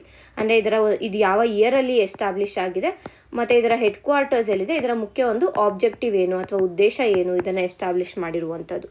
ಸೊ ಇದನ್ನು ಒಂದು ಸತಿ ರಿವೈಸ್ ಮಾಡ್ಕೊಳ್ಳಿ. ಈಗ ಮುಂದಿನ ಒಂದು ಕ್ವೆಶನನ್ನು ನೋಡೋಣ. ಕರ್ನಾಟಕದ ಗಿಗ್ ಕಾರ್ಮಿಕರ ಕಲ್ಯಾಣ ಮಂಡಳಿಯ ಕುರಿತು ಕೆಳಗಿನ ಹೇಳಿಕೆಗಳನ್ನು ಪರಿಗಣಿಸಿ. Gig workers welfare board of Karnataka ಅಂತ ಇದರ ಬಗ್ಗೆ ಇಲ್ಲಿ ಮಾತಾಡ್ತಾ ಇರುವಂಥದ್ದು. ಮೊದಲ ಸ್ಟೇಟ್ಮೆಂಟ್ ಬಂದು, ಈ ಮಂಡಳಿ ಕೇಂದ್ರ ಸರ್ಕಾರದ ಕಾರ್ಮಿಕ ಮತ್ತು ಉದ್ಯೋಗ ಸಚಿವಾಲಯದ ಅಧೀನದಲ್ಲಿ ಕಾರ್ಯನಿರ್ವಹಿಸುತ್ತದೆ. ಇದು ವೇತನ ಸಂಹಿತೆ 2019 ಅಡಿಯಲ್ಲಿ ಸ್ಥಾಪಿಸಲಾದ ಶಾಸನಬದ್ಧ ಸಂಸ್ಥೆಯಾಗಿದೆ. ಕರ್ನಾಟಕದ ಕಾರ್ಮಿಕ ಸಚಿವರು ಮಂಡಳಿಯ ಎಕ್ಸ್ ಅಫಿಷಿಯೋ ಅಧ್ಯಕ್ಷರಾಗಿರುತ್ತಾರೆ. ಸೊ ಇದರಲ್ಲಿ ಯಾವ ಸ್ಟೇಟ್ಮೆಂಟ್ ಕರೆಕ್ಟ್ ಅಂತ ಅವರು ಕೇಳ್ತಾ ಇರೋದು ಕ್ವೆಶನ್. ಸೊ ಈ ಒಂದು ಆರ್ಟಿಕಲ್ ಕೂಡ ಏನಕ್ಕೆ ಅಂತಂದರೆ, ಕರ್ನಾಟಕ ಭಾರತದಲ್ಲೇ ಮೊದಲ ರಾಜ್ಯ ಆಗಿದೆ ಈ ರೀತಿಯಾದ ಒಂದು ಗಿಗ್ ವರ್ಕರ್ಸ್ ವೆಲ್ಫೇರ್ ಬೋರ್ಡನ್ನು ಸ್ಥಾಪಿಸೋದ್ರಲ್ಲಿ. ಸೊ ಆ ಒಂದು ನಿಟ್ಟಿನಲ್ಲಿ ನಮಗೆ ಈ ಆರ್ಟಿಕಲನ್ನು ನಾವು ನೋಡಿದ್ವಿ. ಇದರ ಪ್ರಾವಿಷನ್ಸ್ ಏನೇನಿದೆ, ಮೆಂಬರ್ಸ್ ಯಾರು, ಪ್ರತಿಯೊಂದು ಇನ್ಫಾರ್ಮೇಷನನ್ನು ಕೂಡ ನಾವು ಡೀಟೇಲ್ ಆಗಿ ನೋಡಿದ್ವಿ. ಸೊ ಇಲ್ಲಿ ಆನ್ಸರ್ ಏನಾಗುತ್ತೆ ಅಂತಂದರೆ, ಫಸ್ಟ್ ಬಂದು ಇದು ಕರ್ನಾಟಕದಲ್ಲಿ ಎಸ್ಟಾಬ್ಲಿಷ್ ಮಾಡಿರೋದು ಅಥವಾ ಕರ್ನಾಟಕದಲ್ಲಿ ಸ್ಥಾಪಿಸಿರುವಂಥ ಒಂದು ಗಿಗ್ ವರ್ಕರ್ಸ್ ವೆಲ್ಫೇರ್ ಬೋರ್ಡ್ ಆಗಿರುವಂಥ ಕಾರಣ ಇದು ಯೂನಿಯನ್ ಗೌರ್ಮೆಂಟ್ ಅಡಿಯಲ್ಲಿ ಯಾಕೆ ಬರೋದಿಲ್ಲ. ಬದಲಿಗೆ ಇದು ಬರೋದು ಕರ್ನಾಟಕದ ಡಿಪಾರ್ಟ್ಮೆಂಟ್ ಆಫ್ ಲೇಬರ್ ಏನಿದೆ ಅದರ ಅಡಿಯಲ್ಲಿ ಇದು ಕೆಲಸವನ್ನು ಮಾಡುತ್ತೆ. ಸೊ ಇದು ಇದು ರಾಂಗ್ ಸ್ಟೇಟ್ಮೆಂಟ್. ಫಸ್ಟ್ ಸ್ಟೇಟ್ಮೆಂಟ್ ಬಂದು ರಾಂಗ್ ಆಗಿದೆ. ಎರಡನೇ statement, it is a statutory body, ಇದು ಶಾಸನಬದ್ಧವಾಗಿ ಸ್ಥಾಪಿಸಲಾಗಿರುವ ಸಂಸ್ಥೆನೇ, ಆದರೆ ಈ ಆ್ಯಕ್ಟ್ ಅಡಿಯಲ್ಲಿ ಅಲ್ಲ, ಬದಲಿಗೆ Karnataka gig workers welfare act ಏನಿದೆ ಆ ಒಂದು ಆ್ಯಕ್ಟ್ ಅಡಿಯಲ್ಲಿ ಇದನ್ನು ಸ್ಥಾಪಿಸಿರುವಂಥದ್ದು. ಸೊ ಈ ಒಂದು ಸ್ಟೇಟ್ಮೆಂಟ್ ಕೂಡ ರಾಂಗ್ ಆಗುತ್ತೆ. ಸೊ ಇಲ್ಲಿ ಕರೆಕ್ಟ್ ಯಾವುದು ಅಂತಂದರೆ, ಇಲ್ಲಿ ಆಪ್ಷನ್ ಡಿ ಕೊಡಬೇಕಿತ್ತು ಅವರು. ಆಪ್ಷನ್ ಡಿ ಬಂದು 3 ಓನ್ಲಿ ಇದೆ ಆನ್ಸರ್. ಸೊ ಆನ್ಸರ್ ಬಂದು 3 ಓನ್ಲಿ ಆಗಿರುತ್ತೆ. ಯಾಕೆಂದರೆ ನಾವು ಇದನ್ನು ನೋಡಿದ್ವಿ, ಆ ಒಂದು ಕಾಂಪೋಸಿಷನ್ ಏನೇನಿದೆ ಅಂದರೆ ಚೇರ್ಪರ್ಸನ್ ಯಾರು, ಮೆಂಬರ್ಸ್ ಯಾರಿದ್ದಾರೆ, ಇವುಗಳ ಬಗ್ಗೆ ಡಿಸ್ಕಸ್ ಮಾಡುವಾಗ ಈ ಒಂದು ಸ್ಟೇಟ್ಮೆಂಟನ್ನು ನೋಡಿದ್ವಿ. So this is right answer D. Option D answer ಬಂದು 3 ಓನ್ಲಿ ಆನ್ಸರ್. ಈಗ ಮುಂದಿನ ಕ್ವೆಶನನ್ನು ನೋಡೋಣ. Consider the following statements regarding welfare fee on aggregators. ಈ ಒಂದು ಏನು ಕ್ವೆಶನ್ ಇದೆ ಇದು ಕೂಡ Karnataka gig workers welfare board ಬಗ್ಗೆನೇ ಮಾತಾಡುತ್ತೆ. ಅಲ್ಲಿ ಆ ಒಂದು ಏನು ಅಗ್ರಿಗೇಟರ್ ಫೀ ಏನಿದೆ ಅಂದರೆ ಈ ಒಂದು ವೆಲ್ಫೇರ್ ಬೋರ್ಡು ಎಷ್ಟು ವೆಲ್ಫೇರ್ ಫೀಯನ್ನು ತಗೊಳ್ಳುತ್ತೆ ಅನ್ನೋದ್ರ ಕುರಿತಾಗಿ ಇಲ್ಲಿ ಕ್ವೆಶನ್ ಇರುವಂಥದ್ದು. ಸೊ ಮೊದಲೇ ಸ್ಟೇಟ್ಮೆಂಟ್ ಬಂದು, ರಾಜ್ಯ ಸರ್ಕಾರ ಅಗ್ರಿಗೇಟರ್ ಪ್ಲಾಟ್ಫಾರ್ಮ್ಗಳ ಮೇಲೆ ಕಲ್ಯಾಣ ಶುಲ್ಕ ವಿಧಿಸಲು ನಿರ್ಧರಿಸಿದೆ. Yes, correct. ತದನಂತರ ಶುಲ್ಕದ ದರ 1% 1.5% ಮಿತಿಯೊಂದಿಗೆ ಇರಲಿದೆ. ಇದು ಕೂಡ ಕರೆಕ್ಟ್. ಇದು 2 ಸ್ಟೇಟ್ಮೆಂಟನ್ನು ನಾವು ನೋಡಿದ್ದೀವಿ. ಈ ದರವು ಎಲ್ಲ ವ್ಯವಹಾರಗಳಲ್ಲಿ ಸಮಾನವಾಗಿರುತ್ತದೆ ಅಂದರೆ ಎಲ್ಲ ಬಿಸ್ನೆಸ್ಗಳಿಗೂ ಹಿಂಗೆ ಇರುತ್ತೆ ಅಂತ ಹೇಳ್ತದೆ. ಇದು ತಪ್ಪು. ಯಾಕೆಂತಂದರೆ ಇದು ಏನಾಗುತ್ತೆ, ಎಕ್ಸ್ಟ್ರೀಮ್ ಸ್ಟೇಟ್ಮೆಂಟ್ ಆಗೋಗುತ್ತೆ. ಎಲ್ಲ ಬಿಸ್ನೆಸ್ಗೂ ನಾವು ಒಂದೇ ಥರ ಇಡೋದಕ್ಕಾಗೋದಿಲ್ಲ. ಬೇರೆ ಬೇರೆ ಸೆಕ್ಟರ್, ಬೇರೆ ಬೇರೆ ಬಿಸ್ನೆಸ್ಗಳಿಗೆ ಬೇರೆ ಬೇರೆ ರೀತಿಯಾದ ಕ್ಯಾಪ್. ಅದಕ್ಕೆ ಇದು 1% 1.5% ಸೊ ಚೇಂಜ್ ಆಗುತ್ತೆ ಅನ್ನುವಂಥದ್ದು. ಸೊ ಹಾಗಾಗಿ ಇಲ್ಲಿ ಎಷ್ಟು ಸ್ಟೇಟ್ಮೆಂಟ್ ಕರೆಕ್ಟ್ ಅಂತ ಯಾವ ಸ್ಟೇಟ್ಮೆಂಟ್ಗಳು ಕರೆಕ್ಟ್ ಅಂತ ಕೇಳ್ತಾ ಇರೋದು. ಸೊ 1 and 2 ಓನ್ಲಿ ಅಂದರೆ ಫಸ್ಟ್ ಆ್ಯಂಡ್ ಸೆಕೆಂಡ್ ಸ್ಟೇಟ್ಮೆಂಟ್ ಏನಿದೆ ಇದು 2 ಸರಿ ಇದೆ ಅನ್ನುವಂಥದ್ದು. ಮುಂದಿನ ಒಂದು ಕ್ವೆಶನನ್ನು ನೋಡೋಣ. Fellowships like India rise fellowship aim to bridge the gap between academic knowledge and practical governance. Reason ಬಂದು, such fellowships provide hands on exposure to policy implementation and institutional function. So ಈ ಒಂದು ಕ್ವೆಶನನ್ನು ನಾವು ಯಾಕೆ ನೋಡ್ತಾ ಇದ್ದೀವಿ ಅಂತಂದರೆ, ಮೊಟ್ಟ ಮೊದಲ ಬಾರಿಗೆ ಇಂಡಿಯಾ ರೈಸ್ ಫೆಲೋಶಿಪ್ಪನ್ನು ಬೆಂಗಳೂರಿನ IIScಯಲ್ಲಿ ಸುಮಾರು 41 ಮಹಿಳೆಯರಿಗೆ ನೀಡಿದ್ದಾರೆ. ಸೊ ವಿಮೆನ್ ಸೈಂಟಿಸ್ಟ್ಗಳಿಗೆ ನೀಡಿದ್ದಾರೆ. ಯಾವ ಫೀಲ್ಡಲ್ಲಿ? STMM, science, technology, engineering, maths and medicine, ಈ 5 ಸ್ಟ್ರೀಮ್ಗಳಿಗೆ ಈ ಒಂದು ರೈಸ್ ಫೆಲೋಶಿಪ್, ಇಂಡಿಯಾ ರೈಸ್ ಫೆಲೋಶಿಪ್ಪನ್ನು ಕೊಟ್ಟಿರುವಂಥದ್ದು. ಸೊ ಅದೇ ಒಂದು ನಿಟ್ಟಿನಲ್ಲಿ ನಾವು ಡಿಸ್ಕಸ್ ಮಾಡಿದ್ದೀವಿ, ಏನೇನು ಅದರ ಒಂದು ಫೀಚರ್ಸ್ ಎಲ್ಲ ಡಿಸ್ಕಸ್ ಮಾಡಿದ್ದೀವಿ. ಸೊ ಅದನ್ನು ಇಲ್ಲಿ ಬ್ರಷ್ ಅಪ್ ಮಾಡೋದಕ್ಕೋಸ್ಕರ ಈ ಒಂದು ಕ್ವೆಶನನ್ನು ನೋಡ್ತಾ ಇದ್ದೀವಿ. ಇಲ್ಲಿ ಆನ್ಸರ್ ಬಂದು ಅಂದರೆ 2 ಸ್ಟೇಟ್ಮೆಂಟ್ಗಳು ಕರೆಕ್ಟ್ ಆಗಿದೆ. ಆ್ಯಂಡ್ ಆಲ್ಸೋ ಈ ಕಾರಣ ಈ ವಾಕ್ಯವನ್ನು ಎಕ್ಸ್ಪ್ಲೇನ್ ಮಾಡ್ತಾ ಇದೆ ಅನ್ನುವಂಥದ್ದು. ಸೊ ಇದು ಆನ್ಸರ್ ಬಂದು ಆಪ್ಷನ್ ಎ ಆಗಿರುತ್ತೆ. ಈಗ ಮುಂದಿನ ಒಂದು ಕ್ವೆಶನನ್ನು ನೋಡೋಣ. ಭಾರತದ ರೈಸ್ ಫೆಲೋಶಿಪ್ ಬಗ್ಗೆ ಕೆಳಗಿನ ಹೇಳಿಕೆಗಳನ್ನು ಪರಿಗಣಿಸಿ ಎಷ್ಟು ಸರಿಯಾಗಿದೆ ಅಂತ ಇಲ್ಲಿ ಕೇಳ್ತಾ ಇರೋದು. ಸೊ ಮೊದಲನೇ ಸ್ಟೇಟ್ಮೆಂಟ್ ಬಂದು ಇಂಡಿಯಾ ರೈಸ್ ಫೆಲೋಶಿಪ್ ಎಲ್ಲ ಯುವ ವೃತ್ತಿಪರರಿಗೆ ನಾಯಕತ್ವ ಅಭಿವೃದ್ಧಿ ಉಪಕ್ರಮವಾಗಿದೆ. ಅಂದರೆ ಎಲ್ಲ ಒಂದು leadership development initiative for all Young professionals. Next statement ಬಂದು ಇದು ಗೃಹ ವ್ಯವಹಾರಗಳ ಸಚಿವಾಲಯದ ಅಡಿಯಲ್ಲಿ ಸಾಂವಿಧಾನಿಕವಾಗಿ ಕಡ್ಡಾಯವಾದ ಕಾರ್ಯಕ್ರಮವಾಗಿದೆ. ಮೂರನೇದು ಬಂದು ಇದನ್ನು Gupta Klinski India institute, John Hopkins ವಿಶ್ವವಿದ್ಯಾಲಯವು ಅನುಷ್ಠಾನಗೊಳಿಸುತ್ತಿದೆ. ಸೊ ಫಸ್ಟ್ ಒನ್ನು ಎಕ್ಸ್ಟ್ರೀಮ್ ಸ್ಟೇಟ್ಮೆಂಟ್, ಇದು ಆಲ್ ಅಂತ ಕೇಳ್ತಾ ಇದ್ದಾರೆ. ಬಟ್ ಇಲ್ಲಿ ಮುಖ್ಯವಾಗಿ ಯಾರಿಗೆ? ಇದು ವಿಮೆನ್ಗೆ. ಅದು ಏನು ಅರ್ಲಿ ಕೆರಿಯರಲ್ಲಿ ಇರುವಂಥವ್ರಿಗೆ, ಅಂದರೆ ಆವಾಗ ತಾನೇ ಅವರ ಕೆರಿಯರ್ನ ಸ್ಟಾರ್ಟ್ ಮಾಡ್ತಿದ್ದಾರೆ. 0 to 7 years ಏನಿರ್ತಾರೆ ಅಂಥವ್ರಿಗೆ ಕೊಡ್ತಾ ಇರುವಂಥ ಫೆಲೋಶಿಪ್ ಆಗಿರುತ್ತೆ. ಸೊ ಫಸ್ಟ್ ಸ್ಟೇಟ್ಮೆಂಟ್ ರಾಂಗಾ. Next it is constitutionally mandated ಅಂತಾರೆ. ಕಾನ್ಸ್ಟಿಟ್ಯೂಷನಲ್ಲಿ ಯಾವುದೇ ಒಂದು ಮ್ಯಾಂಡೇಷನ್ ಇಲ್ಲ. ಸೊ ಹಾಗಾಗಿ ಇದು ರಾಂಗ್ ಆಗುತ್ತೆ. ಎರಡನೇ ಸ್ಟೇಟ್ಮೆಂಟ್ ಕೂಡ wrong. Next it is being implemented by Gupta Klinski India institute. Yes, ಇದು ಕರೆಕ್ಟು. ಇದನ್ನು ನಾವು ನೋಡಿದ್ದೀವಿ ಕೂಡ. ಸೊ ಆನ್ಸರ್ ಬಂದು ಓನ್ಲಿ ಒನ್ ಸ್ಟೇಟ್ಮೆಂಟ್ ಮಾತ್ರ ಇಲ್ಲಿ ಕರೆಕ್ಟ್ ಆಗಿದೆ ಅನ್ನುವಂಥದ್ದು. ಮುಂದಿನ ಒಂದು ಕ್ವೆಶನನ್ನು ನೋಡೋಣ. Consider the following statements regarding phase change materials. ಮೊದಲ ಸ್ಟೇಟ್ಮೆಂಟ್ ಏನು? ಫೇಸ್ ಚೇಂಜ್ ಮೆಟೀರಿಯಲ್ಸ್ ಹಂತ ಬದಲಾವಣೆಯ ವೇಳೆ ಗುಪ್ತ ಉಷ್ಣವನ್ನು ಶೋಷಿಸುತ್ತದೆ ಅಥವಾ ಬಿಡುಗಡೆ ಮಾಡುತ್ತದೆ. ಅಂದರೆ ಲೇಟೆಂಟ್ ಹೀಟನ್ನು ರಿಲೀಸ್ ಮಾಡುತ್ತೆ ಅಥವಾ ಅಬ್ಸಾರ್ಬ್ ಮಾಡಿಕೊಳ್ಳುತ್ತೆ ಅಂತ ಹೇಳ್ತಾ ಇದ್ದಾರೆ. ತದನಂತರ ತಾಪಮಾನದಲ್ಲಿ ಹೆಚ್ಚಿನ ಬದಲಾವಣೆ ಇಲ್ಲದೆ PCM ತಾಪಶಕ್ತಿಯನ್ನು ಸಂಗ್ರಹಿಸಬಹುದು. ಓಕೆ, ಇಲ್ಲಿ ನೋಡಿ ಈ ವರ್ಡ್ ಸೈನ್ಸ್ ಆ್ಯಂಡ್ ಟೆಕ್ನಾಲಜಿಯಲ್ಲಿ ಏನಾದರೂ ಕ್ಯಾನ್, ಮೇ ಈ ರೀತಿಯಾದ ವರ್ಡ್ಸ್ ಬಂದರೆ ಆ ಒಂದು ಸ್ಟೇಟ್ಮೆಂಟ್ ಯೂಶುವಲ್ ಆಗಿ ಕರೆಕ್ಟ್ ಆಗಿರುತ್ತೆ. ಯಾಕೆ ಅಂತಂದರೆ ಕ್ಯಾನ್, ಮೇ ಅನ್ನೋದು ಇಟ್ ಇಸ್ ಪಾಸಿಬಿಲಿಟಿ ಅಷ್ಟೇ. Yes, it can or it can not, or it may or it may not ಅಂತ ಅಷ್ಟೇನೆ. ಸೊ ಹಾಗಾಗಿ ಪಾಸಿಬಿಲಿಟಿ ಇರುವಂಥ ಕಾರಣ, ಅಂದರೆ ಇವತ್ತು ಅದು ಆಗದೆ ಇರ್ಬೋದು, ನಾಳೆ ಅದು ಎಸ್ ಅಂತ ಪ್ರೂವ್ ಆಗ್ಬೋದಲ್ವಾ. ಸೊ ಆ ಒಂದು ನಿಟ್ಟಿನಲ್ಲಿ ಸೈನ್ಸ್ ಆ್ಯಂಡ್ ಟೆಕ್ನಲ್ಲಿ ಏನೇ ಒಂದು ಕ್ಯಾನ್ ಅಥವಾ ಮೇ ಅಂತ ಬಂದಿದೆ ಆ ಒಂದು ಸ್ಟೇಟ್ಮೆಂಟ್ನ ನೀವು ಈಸಿಯಾಗಿ ಎಸ್ ಅಂತ ಟಿಕ್ ಮಾಡ್ಬೋದು, ಕರೆಕ್ಟ್ ಅಂತ. ಸೊ ಇಲ್ಲಿ ಸ್ಟೇಟ್ಮೆಂಟ್ 2 ಕರೆಕ್ಟ್ ಆಗುತ್ತೆ. ಸೊ ಇದು ಈ ಒಂದು ಸ್ಟೇಟ್ಮೆಂಟ್ ಈ ಆಪ್ಷನ್ ಹೋಗುತ್ತೆ ನಮಗೆ. Next PCM store energy primarily through chemical reactions ಅಂತ ಹೇಳ್ತಿದ್ದಾರೆ. ಇದು ರಾಂಗ್. ಸೊ ಆಪ್ಷನ್ 3 ಹೋದರೆ ಆನ್ಸರ್ ಬಂದು ಆಪ್ಷನ್ ಎ ಅಷ್ಟೇನೆ. ಈ ಒಂದು ಫೇಸ್ ಚೇಂಜ್ ಮೆಟೀರಿಯಲ್ಸ್ ಬಗ್ಗೆ ಏನಕ್ಕೆ ನಾವು ನೋಡ್ತಾ ಇದ್ದೀವಿ ಅಂತ ಅಂದರೆ, ಏನು ಜವಾಹರ್ಲಾಲ್ ನೆಹರು ರಿಸರ್ಚ್ ಇನ್ಸ್ಟಿಟ್ಯೂಟ್ ಬಂದು ಬೆಂಗಳೂರಿನ ಒಂದು ಸ್ಟಾರ್ಟಪ್ ಜೊತೆ ಬೆಂಗಳೂರಿನ ಒಂದು ಕಂಪನಿ ಜೊತೆ ಟೈಅಪನ್ನು ಮಾಡ್ಕೊಂಡಿದೆ. ಏನಕ್ಕೆ ಅಂತಂದರೆ smart cooling of aviation batteries. ಏವಿಯೇಷನಲ್ಲಿ ಬಳಸುವಂಥ ಬ್ಯಾಟ್ರಿಗಳು ಏನಿದ್ದಾವೆ ಆ ಬ್ಯಾಟ್ರಿಯ ಒಂದು ಸ್ಮಾರ್ಟ್ ಕೂಲಿಂಗ್ ಎಸ್ಟಾಬ್ಲಿಷ್ ಮಾಡೋದಕ್ಕೋಸ್ಕರ ಒಂದು ಹೊಸ ಒಂದು ಡಿವೈಸ್ ಅಥವಾ ಒಂದು ಥರ್ಮಲ್ ಡಿವೈಸನ್ನು ಅದು ಸ್ಟಾರ್ಟ್ ಮಾಡೋಕ್ಕೆ, ಥರ್ಮಲ್ ಮೆಟೀರಿಯಲ್ಸನ್ನು ಡಿವೈಸ್ ಮಾಡೋದಕ್ಕೋಸ್ಕರ ಒಂದು ಟೈಅಪನ್ನು ಸ್ಟಾರ್ಟ್ ಮಾಡಿದ್ದಾರೆ. ಅದರ ಕುರಿತಾಗಿ ನಾವು ನೋಡಿದ್ವಿ. ಆದ್ದರಿಂದ ಈ ಒಂದು ಫೇಸ್ ಚೇಂಜ್ ಮೆಟೀರಿಯಲ್ಸ್ ನಮಗೆ ಇಂಪಾರ್ಟೆಂಟ್ ಆಗುತ್ತೆ. ಮುಂದಿನ ಒಂದು ಕ್ವೆಶನನ್ನು ನೋಡೋಣ. Heritage impact assessment is increasingly required for projects near world heritage sites. ವಿಶ್ವ ಪರಂಪರೆ ತಾಣಗಳ ಸಮೀಪದ ಯೋಜನೆಗಳಿಗೆ ಹೆರಿಟೇಜ್ ಇಂಪ್ಯಾಕ್ಟ್ ಅಸೆಸ್ಮೆಂಟ್ ಅಗತ್ಯತೆ ಹೆಚ್ಚುತ್ತಿದೆ. ಅಭಿವೃದ್ಧಿ ಚಟುವಟಿಕೆಗಳು ಪರಂಪರೆ ತಾಣಗಳ ವಿಶಿಷ್ಟ ವಿಶ್ವ ಮೌಲ್ಯಕ್ಕೆ ಹಾನಿ ಉಂಟು ಮಾಡಬಹುದು. ಸೊ ಇಲ್ಲಿ 2 ಸ್ಟೇಟ್ಮೆಂಟ್ಗಳು ಕರೆಕ್ಟು. ಏನಕ್ಕೆ ಈ ಒಂದು ಕ್ವೆಶನನ್ನು ನೋಡ್ತಾ ಇದ್ದೀವಿ ನಾವು ಅಂತಂದರೆ, ಅಂಜನಾದ್ರಿ ಬೆಟ್ಟ ಏನಿದೆ, ಅಂಜನಾದ್ರಿ ಬೆಟ್ಟದ ಸುತ್ತಮುತ್ತ ಈ ಒಂದು ಅಭಿವೃದ್ಧಿ ಚಟುವಟಿಕೆಗಳು, ಡೆವಲಪ್ಮೆಂಟ್ ಆ್ಯಕ್ಟಿವಿಟೀಸನ್ನು ಕೈಗೊಳ್ಳೋದಕ್ಕೆ ಕರ್ನಾಟಕ ಸರ್ಕಾರ ಮುಂದಾಗಿದೆ. ಸೊ ಅದೇ ದೃಷ್ಟಿಯಲ್ಲಿ ಯುನೆಸ್ಕೋ ಏನು ಹೇಳಿದೆ ಅಂತಂದರೆ, ನೀವೊಂದು ಹೆರಿಟೇಜ್ ಇಂಪ್ಯಾಕ್ಟ್ ಅಸೆಸ್ಮೆಂಟನ್ನು ನಮಗೆ ಸಬ್ಮಿಟ್ ಮಾಡಿ. ಅಂದರೆ ಇದರಿಂದ ಹಂಪಿಗೆ ಯಾವುದೇ ರೀತಿಯಾದ ಒಂದು ಹಾನಿ ಆಗೋದಿಲ್ಲ ಅಂತ. ಯಾಕೆ ಅಂತಂದರೆ ಅಂಜನಾದ್ರಿ ಬೆಟ್ಟ ಏನಿದೆ ಇದು ಹಂಪಿಯ ಒಂದು ಬಫರ್ ಝೋನ್ ಅಂತ ಏನು ಕರಿತೀವಿ ಆ ಬಫರ್ ಝೋನ್ ಒಳಗಡೆ ಬರುತ್ತೆ. ಸೊ ಹಾಗಾಗಿ ಅಂಜನಾದ್ರಿ ಬೆಟ್ಟದಲ್ಲಿ ಯಾವುದೇ ಒಂದು ಡೆವಲಪ್ಮೆಂಟ್ ಆ್ಯಕ್ಟಿವಿಟೀಸ್ ಆಯಿತು ಅಂತಂದರೆ ಅದು ಡೈರೆಕ್ಟಾಗಿ ಆಗ್ಬೋದು, ಇಲ್ಲ ಇಂಡೈರೆಕ್ಟಾಗಿ ಆಗ್ಬೋದು, ಹಂಪಿ ಮೇಲೆ ಪರಿಣಾಮವನ್ನು ಬೀರ್ಬೋದಾಗುತ್ತೆ. ಸೊ ಹಾಗಾಗಿ ನಮಗೊಂದು ಹೆರಿಟೇಜ್ ಇಂಪ್ಯಾಕ್ಟ್ ಅಸೆಸ್ಮೆಂಟನ್ನು ಮಾಡಿಕೊಡಿ ಅಂತ ಯುನೆಸ್ಕೋ ಹೇಳಿತ್ತು. ಸೊ ಅದೇ ಒಂದು ನಿಟ್ಟಿನಲ್ಲಿ ನಾವು ಆರ್ಟಿಕಲನ್ನು ಕೂಡ ನೋಡಿದ್ವಿ. ಸೊ ಇಲ್ಲಿ ಆಪ್ಷನ್ ಎ ಆನ್ಸರ್ ಬರುತ್ತೆ. ಯಾಕೆಂದರೆ 2 ಸ್ಟೇಟ್ಮೆಂಟ್ಗಳು ಕರೆಕ್ಟಾಗಿದೆ. ಆ್ಯಂಡ್ ಆಲ್ಸೋ ಈ ಒಂದು ರೀಸನ್ ಏನಿದೆ ಅದು ಕರೆಕ್ಟಾಗಿ ಈ ಒಂದು ಸ್ಟೇಟ್ಮೆಂಟನ್ನು ಎಕ್ಸ್ಪ್ಲೇನ್ ಮಾಡ್ತಾ ಇದೆ ಅನ್ನೋದಕ್ಕೆ. ಮುಂದಿನ ಒಂದು ಕ್ವೆಶನನ್ನು ನೋಡೋಣ. ಮಲ್ಟಿ ಲೇನ್ ಫ್ರೀ ಫ್ಲೋ ವ್ಯವಸ್ಥೆಯ ಕುರಿತು ಕೆಳಗಿನ ಹೇಳಿಕೆಗಳನ್ನು ಪರಿಗಣಿಸಿ. ಮೊದಲನೇದು, MLFF ಟೋಲ್ ಪ್ಲಾಜಾಗಳಲ್ಲಿ ನಿಲ್ಲದೆ ವಾಹನಗಳು ಸಂಚರಿಸಲು ಅನುಮತಿಸುವ ಶುಲ್ಕ ಸಂಗ್ರಹ ವ್ಯವಸ್ಥೆಯಾಗಿದೆ. ಇದರ MLFF ಅನುಷ್ಠಾನದಲ್ಲಿ ರಾಷ್ಟ್ರೀಯ ಹೆದ್ದಾರಿ ಪ್ರಾಧಿಕಾರ ಮುಂತಾದ ಸಂಸ್ಥೆಗಳು ಭಾಗವಹಿಸುತ್ತವೆ. MLFF ಮುಖ್ಯವಾಗಿ ನಿಯರ್ ಫೀಲ್ಡ್ ತಂತ್ರಜ್ಞಾನವನ್ನು ಅವಲಂಬಿಸಿದೆ. ಸೊ ಇದು ಆಲ್ರೆಡಿ ನಾನು ಕ್ಲೀನಾಗಿ ಎಕ್ಸ್ಪ್ಲೇನ್ ಮಾಡಿದ್ದೀನಿ, MLFF ಬಗ್ಗೆ ಎಕ್ಸ್ಪ್ಲೇನ್ ಮಾಡಿದ್ದೀನಿ.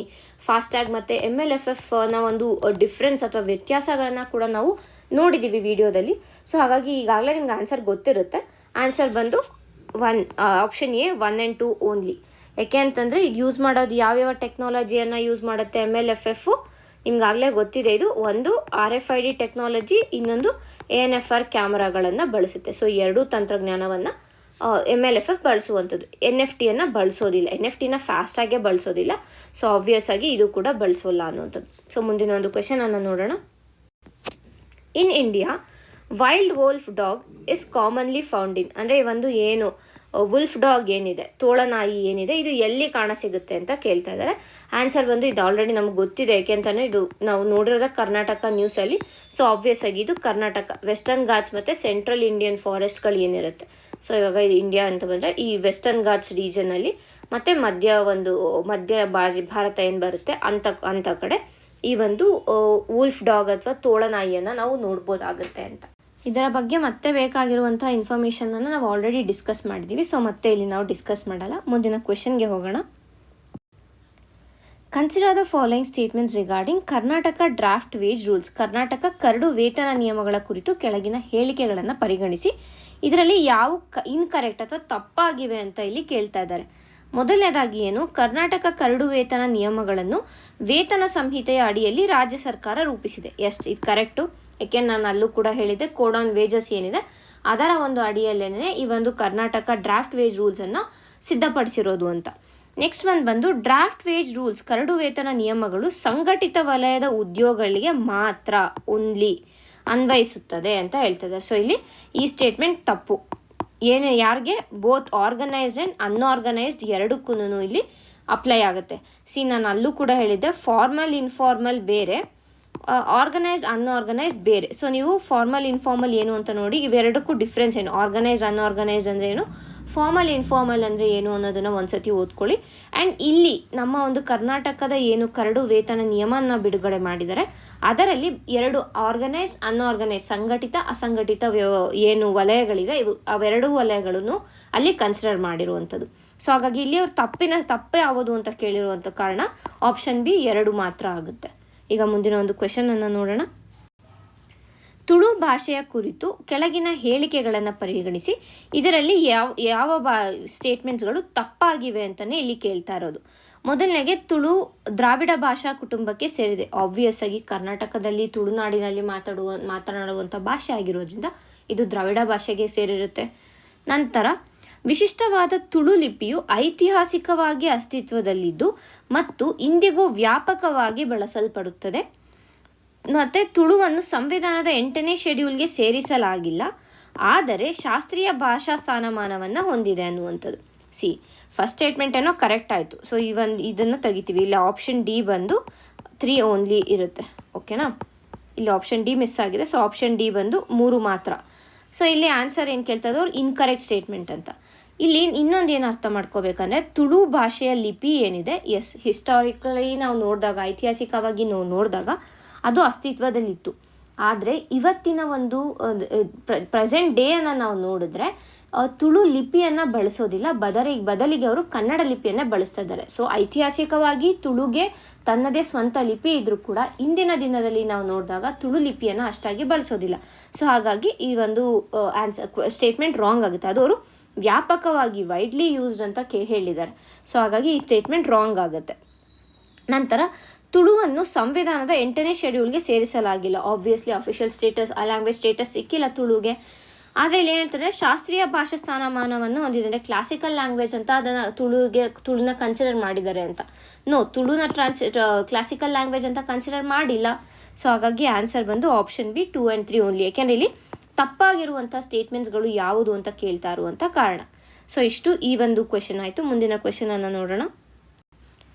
Which one of the following statement is correct combination of languages included in 8th schedule of the constitution. Bharat ಸಂವಿಧಾನದ 8ನೇ ಏನು ಶೆಡ್ಯೂಲ್ ಇದೆ ಇದರಲ್ಲಿ ಸೇರಿಸಲಾಗಿರುವಂಥ ಭಾಷೆಗಳು ಯಾವ್ಯಾವು ಅಂತಂದರೆ 4 ಇಲ್ಲಿ ಕೊಟ್ಟಿರೋ ಆಪ್ಷನ್ಸಲ್ಲಿ ಒಂದು ಆಪ್ಷನ್ನ ತೊಗೊಂಡ್ರೆ 4 ಭಾಷೆಗಳೂ ಅದರಲ್ಲಿ ಇರಬೇಕು. ಅಂದರೆ ಏನು 8th ಶೆಡ್ಯೂಲಲ್ಲಿ ಇನ್ಕ್ಲೂಡ್ ಆಗಿರಬೇಕು ಅಂಥದ್ದು ಯಾವುದು ಅಂತ ಇಲ್ಲಿ ಕೇಳ್ತಾ ಇರೋದು. ಅಂದರೆ ಯಾವ ಆಪ್ಷನ್ ಕರೆಕ್ಟ್ ಅಂತ. ಮೊದಲನೇ ಆಪ್ಷನ್ನು ನೇಪಾಳಿ, ಕೊಂಕಣಿ, ತುಳು, ಸಂತಳಿ. ಇವಾಗ ತಾನೇ ತುಳು ಇಲ್ಲ ಅಂತ ನೋಡಿದ್ವಿ, ಸೊ ಅದು ಆಯ್ತಾ, ಫಸ್ಟ್ ಸ್ಟೇಟ್ಮೆಂಟ್ ರಾಂಗ್ ಆಯಿತಾ. ನೆಕ್ಸ್ಟ್ ಬಂದು ಸಂತಳಿ, ಕೊಂಕಣಿ, ಭೋಜ್ಪುರಿ, ಉರ್ದು. ಭೋಜ್ಪುರಿಗೆ ಇದೆಯಾ? ಇಲ್ಲ, ಯಾಕೆಂದರೆ ಭೋಜ್ಪುರಿ ಬಂದು it is a regional language ಒಂದು, ಆ್ಯಂಡ್ ಆಲ್ಸೋ ಅದಕ್ಕೆ ಅಷ್ಟಾಗಿ ಲೈಕ್ 8th ಶೆಡ್ಯೂಲಲ್ಲಿ ಅದನ್ನು ಆ್ಯಡ್ ಮಾಡಿಲ್ಲ. ನಮಗೆ ಗೊತ್ತಿದೆ, ಯಾಕೆ ಅಂತಂದರೆ 8th ಶೆಡ್ಯೂಲಲ್ಲಿ ಇರೋದು 22 ಲ್ಯಾಂಗ್ವೇಜ್ಗಳು. ಆ 22 ಲ್ಯಾಂಗ್ವೇಜ್ಗಳನ್ನ ನಾವು ಪಾಲಿಟಿಯಲ್ಲಿ ಓದೋವಾಗ ಕಂಪ್ಲೀಟಾಗಿ ಓದಿರ್ತೀವಿ. ಸೊ ಆಬ್ವಿಯಸ್ ಆಗಿ ಇದಿಲ್ಲ. ಆ್ಯಂಡ್ ಇಲ್ಲೂ ಅಷ್ಟೇ ಮತ್ತೆ ಭೋಜ್ಪುರಿ ಬಂತು. ಸೊ ಇದು ಆಯಿತು ಆಪ್ಷನ್ 2 ಸಂತಲಿ, ಉರ್ದು, ಕೊಂಕಣಿ, ಮೈಥಿಲಿ ಈ 4 ಭಾಷೆಗಳನ್ನು 8th ಶೆಡ್ಯೂಲಲ್ಲಿ ಇದೆ. ಸೊ ಹಾಗಾಗಿ ಆಪ್ಷನ್ 2 ಕರೆಕ್ಟ್ ಆಗಿರುತ್ತೆ. ಮುಂದಿನ ಒಂದು ಕ್ವೆಶನನ್ನು ನೋಡೋಣ. Karnataka's high ATM cash withdrawals can be best explain by which of the following factors. ಈ ಒಂದು ಕ್ವೆಶನ್ ಏನಕ್ಕೆ ನೋಡ್ತಾ ಇದ್ದೀವಿ ಅಂದರೆ ಕರ್ನಾಟಕದಲ್ಲಿ ATMನಿಂದ ನಗದು ಹಿಂತೆಗೆತ ಏನಿದೆ ಅದು ಹೆಚ್ಚಿನದಾಗಿತ್ತು. ಕರ್ನಾಟಕ ದೇಶದಲ್ಲೇ ನಂಬರ್ 1 ಸ್ಥಾನದಲ್ಲಿ ಇತ್ತು. ಸೊ ಆ ಒಂದು ದೃಷ್ಟಿಯಲ್ಲಿ ಈ ಕ್ವೆಶನನ್ನು ನೋಡ್ತಾ ಇರೋದು. ಅಂದರೆ ಯಾಕೆ ಕರ್ನಾಟಕದಲ್ಲಿ ATM ನಗದು ಹಿಂಪಡೆಯುವಿಕೆ ಹೆಚ್ಚಿರೋದಕ್ಕೆ ಅತ್ಯುತ್ತಮವಾದ ಕಾರಣ ಏನು ಅಂತ ಇಲ್ಲಿ ಕೇಳ್ತಾ ಇದ್ದಾರೆ. ಒಂದು high population density and economic activity, ಅಂದರೆ ಹೆಚ್ಚಿನ ಜನಸಂಖ್ಯೆ ಮತ್ತು ಆರ್ಥಿಕ ಪರಿಸ್ಥಿತಿ ಚೆನ್ನಾಗಿರುವಂಥದ್ದು. Complete absence of digital payment system, ಅಂದರೆ ಕರ್ನಾಟಕದಲ್ಲಿ ಡಿಜಿಟಲ್ ಪೇಮೆಂಟನ್ನೇ ನಾವು ಬಳಸೋದಿಲ್ಲ, ಅಂದರೆ UPIನೇ ಬಳಸೋದಿಲ್ಲ ಅಂತ ಹೇಳ್ತಿದೆ. So it is an extreme statement, ಇದನ್ನು ಆರಾಮಾಗಿ ತೆಗಿಬೋದು. Legal ban on UPI transactions, ಯಾರು ಬ್ಯಾನ್ ಮಾಡಿದ್ದಾರೆ UPI ಟ್ರಾನ್ಸಾಕ್ಷನ್ಸ್? ಹಾಗಾದರೆ ಫೋನ್ಪೇ, ಗೂಗಲ್ ಪೇ ನಾವು ಯೂಸ್ ಮಾಡ್ತಾ ಇಲ್ವಾ? ಸೊ ಇದು ಹೋಗುತ್ತೆ. ಲೋ ಬ್ಯಾಂಕಿಂಗ್ ಪೆನೆಟ್ರೇಷನ್, ಸೊ ಇದು ಆಗಲ್ಲ. ಯಾಕೆಂತಂದರೆ ಕರ್ನಾಟಕದಲ್ಲಿ ಬ್ಯಾಂಕ್ಗಳು ಕೂಡ ಚೆನ್ನಾಗೇ ವರ್ಕ್ ಮಾಡ್ತಾ ಇದೆ.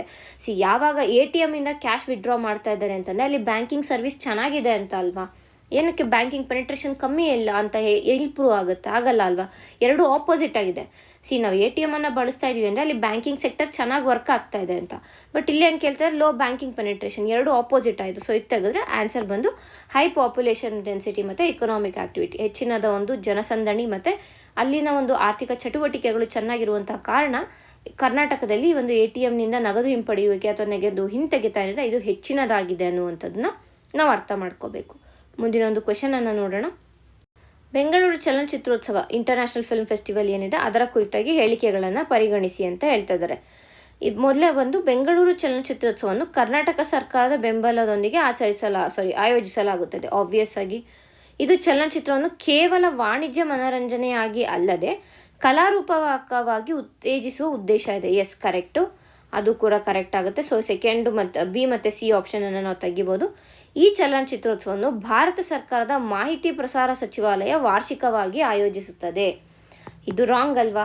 ಯಾರು ಬೆಂಗಳೂರು ಇಂಟರ್ನ್ಯಾಷನಲ್ ಫಿಲ್ಮ್ ಫೆಸ್ಟಿವಲನ್ನು ಆರ್ಗನೈಸ್ ಮಾಡೋದು? ಕರ್ನಾಟಕ ಗವರ್ನಮೆಂಟ್ ಮತ್ತು ಕರ್ನಾಟಕ ಚಲನಚಿತ್ರೋತ್ಸವ ಅಕಾಡೆಮಿ ಏನಿದೆ ಇದು ಎರಡು ಸೇರಿ ಆರ್ಗನೈಸ್ ಮಾಡೋದು. ಸೊ ಆನ್ಸರ್ ಬಂದು 1 and 2 only. Option A 1 and 2 only ಆಗಿರುತ್ತೆ.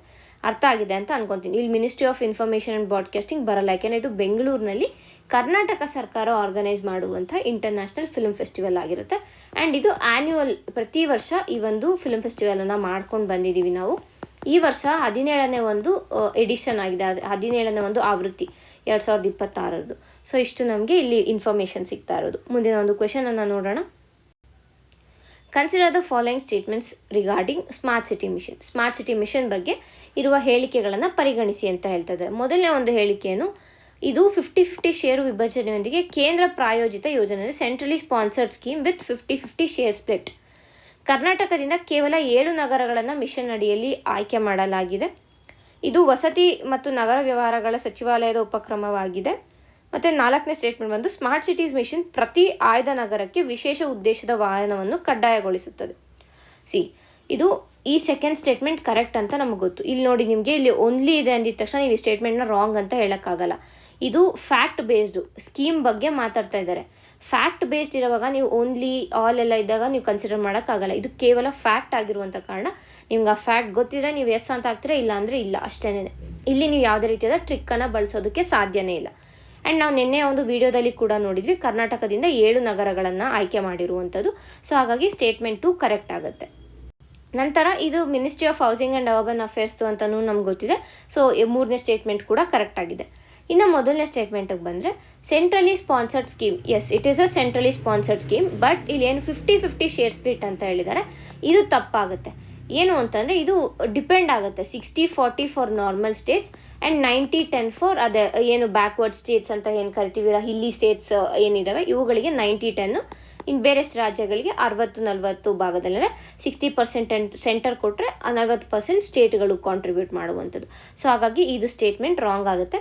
ಆ್ಯಂಡ್ ಲಾಸ್ಟ್ ಸ್ಟೇಟ್ಮೆಂಟ್ ಕೂಡ ಕರೆಕ್ಟು. ಸೊ ಆನ್ಸರ್ ಬಂದು ಓನ್ಲಿ 3 ಸ್ಟೇಟ್ಮೆಂಟ್ಸ್ ಆರ್ ಕರೆಕ್ಟ್. ಯಾವ್ದು ಸ್ಟೇಟ್ಮೆಂಟ್ 2, ಸ್ಟೇಟ್ಮೆಂಟ್ 3, ಸ್ಟೇಟ್ಮೆಂಟ್ 2, 3, 4 3 ಸ್ಟೇಟ್ಮೆಂಟ್ಗಳು ಇಲ್ಲಿ ಕರೆಕ್ಟ್ ಆಗಿವೆ ಅಂಥದ್ದು. ಸೊ ಮುಂದಿನ ಒಂದು ಕ್ವೆಶನನ್ನು ನೋಡೋಣ. ಮೊದಲನೇ ಸ್ಟೇಟ್ಮೆಂಟ್ ಏನು ಅಂತಂದರೆ ಇಲ್ಲಿ ಫಾಸ್ಟ್ ಟ್ರ್ಯಾಕ್ ನ್ಯಾಯಾಲಯಗಳು ಜಿಲ್ಲಾ ನ್ಯಾಯಾಲಯಗಳಲ್ಲಿನ ಪ್ರಕರಣಗಳ ಬಾಕಿ ಸಂಖ್ಯೆಯನ್ನು ಕಡಿಮೆ ಮಾಡಲು ಸಹಾಯ ಮಾಡುತ್ತದೆ. ಫಾಸ್ಟ್ ಟ್ರ್ಯಾಕ್ ನ್ಯಾಯಾಲಯಗಳು ಸರಳೀಕೃತ ಪ್ರಕ್ರಿಯೆಗಳನ್ನು ಅನುಸರಿಸಿ ನಿರ್ದಿಷ್ಟ ವರ್ಗದ ಪ್ರಕರಣಗಳಿಗೆ ಆದ್ಯತೆ ನೀಡುತ್ತವೆ. ಎಸ್, ಎರಡೂ ಕೂಡ ಕರೆಕ್ಟು. ಫಾಸ್ಟ್ ಟ್ರ್ಯಾಕ್ ಹೆಸರೇ ಹೇಳೋ ಥರ ಫಾಸ್ಟ್ ಟ್ರ್ಯಾಕ್ ಅದು ಏನಕ್ಕೆ, ಏನೇ ಒಂದು ಪೆಂಡೆನ್ಸಿಗಳಿದ್ದರೆ ಅದನ್ನು ಬೇಗ ಸಾಲ್ವ್ ಮಾಡೋದು ಅಂತಂದರೆ ಈಗ ಕೋರ್ಟ್ಗೆ ಹೋಗ್ದಿರೇ ಆಚೆನೇ ಸಾಲ್ವ್ ಮಾಡ್ಕೋಬೋದು ಅನ್ನೋಂಥದ್ದು ಇರ್ಬೋದು, ಇಲ್ಲ ವೇಕೆನ್ಸಿಗಳಿಂದ ಆಗ್ತಾ ಇರುವಂಥ ಪ್ರಾಬ್ಲಮ್ ಇರ್ಬೋದು, ಅವುಗಳನ್ನೆಲ್ಲ ಇದು ಸಾಲ್ವ್ ಮಾಡುತ್ತೆ. ಆ್ಯಂಡ್ ಇದು ಸಿಂಪಲ್ ಪ್ರೊಸೀಜರನ್ನು ಕೂಡ ಫಾಲೋ ಮಾಡುತ್ತೆ.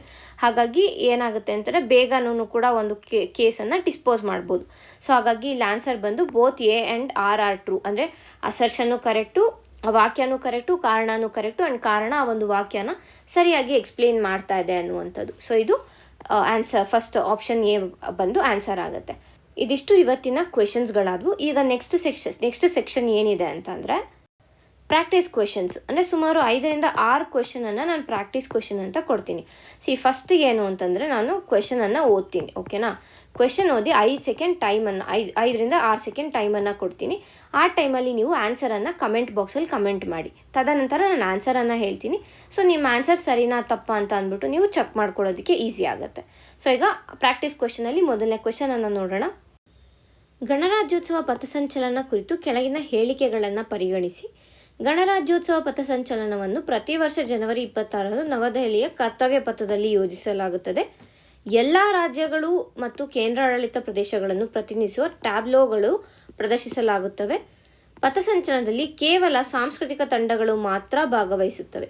ಇದರಲ್ಲಿ ಅವ್ರು ಕೇಳ್ತಾ ಇರೋವಂಥದ್ದು ಯಾವ ಸ್ಟೇಟ್ಮೆಂಟ್ಗಳು ತಪ್ಪು ಅಂತ ಕೇಳ್ತಾ ಇದ್ದಾರೆ. ಸೊ ನಿಮ್ಮ 5 ಸೆಕೆಂಡ್ ಇವಾಗ ಸ್ಟಾರ್ಟ್ ಆಗುತ್ತೆ.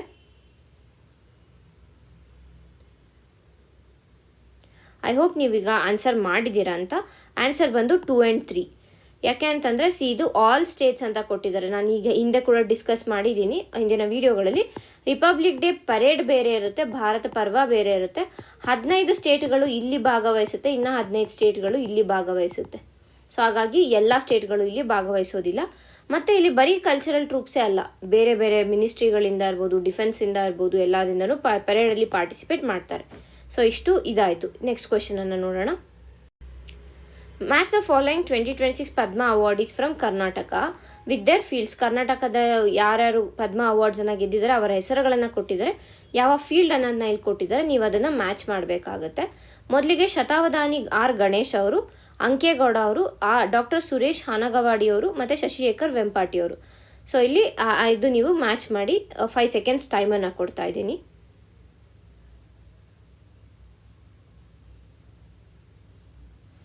ಸೊ ಆನ್ಸರ್ ಬಂದು 2413. ಅಂದರೆ ಶತಾವಧಾನಿ ಗಣೇಶ್ ಅವರು ಆರ್ಟ್ ಆ್ಯಂಡ್ ಪರ್ಫಾರ್ಮೆನ್ಸ್ಗೆ, ಅಂಕೇಗೌಡ ಅವರು ಬಂದು ಸೋಷಿಯಲ್ ವರ್ಕ್ಗೆ, ಸುರೇಶ್ ಹನಗವಾಡಿ ಬಂದು ಮೆಡಿಸಿನ್ಗೆ, ಶಶಿಶೇಖರ್ ವೆಂಪಾಟಿ ಅವರು ಸೈನ್ಸ್ ಆ್ಯಂಡ್ ಟೆಕ್ನಾಲಜಿಗೆ. ಸೊ ಇಷ್ಟು ನಮಗೆ ಈ ಒಂದು ಅವಾರ್ಡ್ಸ್ ಬಗ್ಗೆ ಆಯಿತು. ಮುಂದಿನ ಒಂದು ಕ್ವೆಶನನ್ನು ನೋಡೋಣ. ಯುನೆಸ್ಕೋ ವಿಶ್ವ ಪರಂಪರೆ ತಾಣ ಘೋಷಣಾ ಪ್ರಕ್ರಿಯೆಯ ಕುರಿತು ಕೆಳಗಿನ ಹೇಳಿಕೆಗಳನ್ನು ಪರಿಗಣಿಸಿ. ಯಾವುದೇ ತಾಣವನ್ನು ಮೊದಲು ದೇಶದ ಟೆಂಟೇಟಿವ್ ಪಟ್ಟಿಯಲ್ಲಿ ಸೇರಿಸಬೇಕು. ನಾಮನಿರ್ದೇಶಿತ ತಾಣಗಳ ಮೌಲ್ಯಮಾಪನವನ್ನು ಇಕೊಮಾಸ್ ಮತ್ತು IUCN ಸಂಸ್ಥೆಗಳು ನಡೆಸುತ್ತದೆ. ಯುನೆಸ್ಕೋ ಸಂಸ್ಥೆಯೇ ವಿಶ್ವ ಪರಂಪರೆ ತಾಣಗಳನ್ನು ನೇರವಾಗಿ ನಿರ್ವಹಿಸುತ್ತದೆ. Which of the statements are correct ಅಂತ ಇಲ್ಲಿ ಕೇಳ್ತಾ ಇರೋದು. ನಿಮ್ಮ 5 ಸೆಕೆಂಡ್ ಈಗ ಸ್ಟಾರ್ಟ್ ಆಗುತ್ತೆ.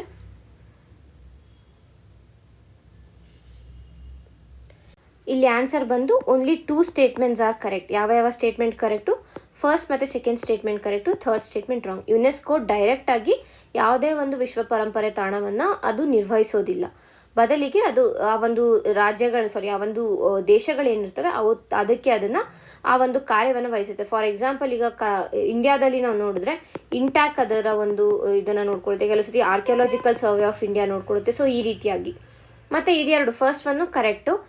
ಇನ್ಕ್ಲೂಡ್ ಟೆಂಟೇಟಿವ್ ಲಿಸ್ಟಲ್ಲಿ 1 ವರ್ಷ ಇರಬೇಕು, ತದನಂತರನೇ ಅದನ್ನು ಯುನೆಸ್ಕೋ ವಿಶ್ವ ಪಾರಂಪರಿಕ ತಾಣ ಅಂತ ಘೋಷಿಸಲಾಗುತ್ತೆ. ನಂತರ ಏನು ಅಂದರೆ, ಈ ಒಂದು ತಾಣಗಳ ಮೌಲ್ಯಮಾಪನವನ್ನು ಇಕೋಮಾಸ್ ಮತ್ತು IUCN ಮಾಡೋದು. ಇಕೋಮಾಸ್ ಬಂದು ಕಲ್ಚರಲ್ ಸೈಟ್ಸ್ಗಳಿಗೆ ಮಾಡುತ್ತೆ, IUCN ಬಂದು ನ್ಯಾಚುರಲ್ ಸೈಟ್ಸ್, ಅಂದರೆ ಈಗ ಏನು ಕಾಂಚನಜುಂಗ ಈ ರೀತಿಯಾಗಿ ಏನು ಇದ್ದಾವೆ ಅಂಥ ಒಂದು ಸೈಟ್ಸ್ಗಳಿಗೆ ಈ ಒಂದು IUCN ಇದು ಮಾಡುವಂಥದ್ದು. ವೆಸ್ಟರ್ನ್ ಘಾಟ್ಸು ಅವುಗಳ ಒಂದು ಏನು ಸಲಹೆ ಏನಿರುತ್ತೆ, ಅದಕ್ಕೆ ಮೌಲ್ಯಮಾಪನ ಏನು ಮಾಡಬೇಕಾಗಿರುತ್ತೆ ಅದನ್ನು IUCN ಮಾಡುತ್ತೆ. ಸೊ ಇಷ್ಟು ಈ ಒಂದು ಕ್ವೆಶನ್ ಆಯಿತು. ಮುಂದಿನ ಕ್ವೆಶನನ್ನು ನೋಡೋಣ. ಕರ್ನಾಟಕ ಗಿಗ್ ವರ್ಕರ್ಸ್ ವೆಲ್ಫೇರ್ ಬೋರ್ಡ್ನ ಸಂರಚನೆಯ ಕುರಿತು ಕೆಳಗಿನ ಹೇಳಿಕೆಗಳನ್ನು ಪರಿಗಣಿಸಿ. ಇಲ್ಲಿ ಅವ್ರು ಕೇಳ್ತಾ ಇರೋದು ಕಾಂಪೋಸಿಷನ್ ಬಗ್ಗೆ, composition of gig workers welfare board ಬಗ್ಗೆ ಕೇಳ್ತಾ ಇದ್ದಾರೆ. ಮೊದಲನೇ ಸ್ಟೇಟ್ಮೆಂಟ್ ಬಂದು, ಮಂಡಳಿಯ ಕಾರ್ಯನಿರ್ವಾಹಕ ಅಧಿಕಾರಿಯು ಸದಸ್ಯ ಕಾರ್ಯದರ್ಶಿಯಾಗಿ ಕಾರ್ಯನಿರ್ವಹಿಸುತ್ತಾರೆ. ಯೂನಿಯನ್ಗಳ ಮೂಲಕ ಗಿಗ್ ಕಾರ್ಮಿಕರ ಪ್ರತಿನಿಧಿಗಳನ್ನು ಮಂಡಳಿಯಲ್ಲಿ ಸೇರಿಸಲಾಗುತ್ತದೆ. ಅಗ್ರಿಗೇಟರ್ ಪ್ಲಾಟ್ಫಾರ್ಮ್ಗಳ ಪ್ರತಿನಿಧಿಗಳನ್ನು ಮಂಡಳಿಯಿಂದ ಹೊರಗಿಡಲಾಗುತ್ತದೆ. ನಿಮ್ಮ 5 ಸೆಕೆಂಡ್ಸ್ ಈಗ ಸ್ಟಾರ್ಟ್ ಆಗುತ್ತೆ.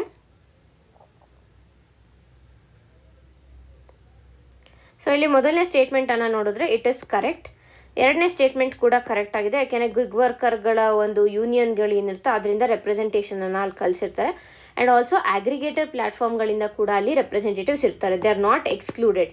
ಸೊ ಹಾಗಾಗಿ ಈ ಸ್ಟೇಟ್ಮೆಂಟ್ ರಾಂಗ್. ಓನ್ಲಿ 2 ಅಂದರೆ first and second statement correct ಇಲ್ಲಿ. ಸೊ ಹಾಗಾಗಿ ಇದೆರಡು ಕರೆಕ್ಟ್ ಆಗಿರುತ್ತೆ. ಸೊ ಇಷ್ಟು ಈ ಒಂದು ಕ್ವೆಶನ್ ಆಯಿತು. ಮುಂದಿನ ಒಂದು ಕ್ವೆಶನನ್ನು ನೋಡೋಣ. Consider the following statements regarding Anjanadri hills. Anjanadri ಬೆಟ್ಟಗಳ ಕುರಿತಾಗಿ ಹೇಳಿಕೆಗಳನ್ನು ಪರಿಗಣಿಸಿ. ಅಂಜನಾದ್ರಿ ಬೆಟ್ಟಗಳು ಕರ್ನಾಟಕದ ಕೊಪ್ಪಳ ಜಿಲ್ಲೆಯಲ್ಲಿವೆ. ಈ ಬೆಟ್ಟಗಳು ತುಂಗಭದ್ರಾ ನದಿ ಕಣಿವೆಯಲ್ಲಿ ಸ್ಥಿತವಾಗಿದೆ. ಇವು ಪೂರ್ವಘಟ್ಟ ಮತ್ತು ಪೂರ್ವಘಟ್ಟ ಪರ್ವತ ವ್ಯವಸ್ಥೆಯ ಭಾಗವಾಗಿವೆ. ನಿಮ್ಮ 5 ಸೆಕೆಂಡ್ಸ್ ಈಗ ಸ್ಟಾರ್ಟ್ ಆಗುತ್ತೆ.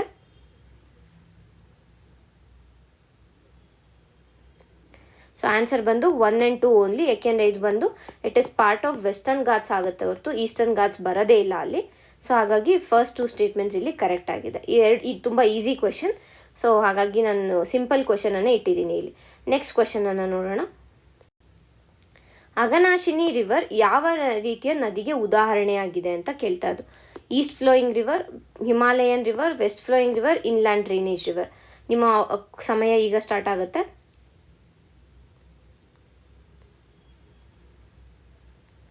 ಸೊ ಆನ್ಸರ್ ಬಂದು ಎಲ್ರಿಗೂ ಗೊತ್ತು, it is a west flowing river, ಪಶ್ಚಿಮಾಭಿಮುಖವಾಗಿ ಹರಿಯುವಂಥ ಒಂದು ನದಿ ಆಗಿದೆ ಅಘನಾಶಿನಿ. ಸೊ ಇದನ್ನು ಕೂಡ ನಾವು ನೋಡಿದ್ವಿ. ಸೊ ಇಷ್ಟು ಈ ವಾರದ ಒಂದು ರಿವಿಷನ್ ಕ್ಲಾಸ್ ಆಗಿದೆ. ಧನ್ಯವಾದಗಳು.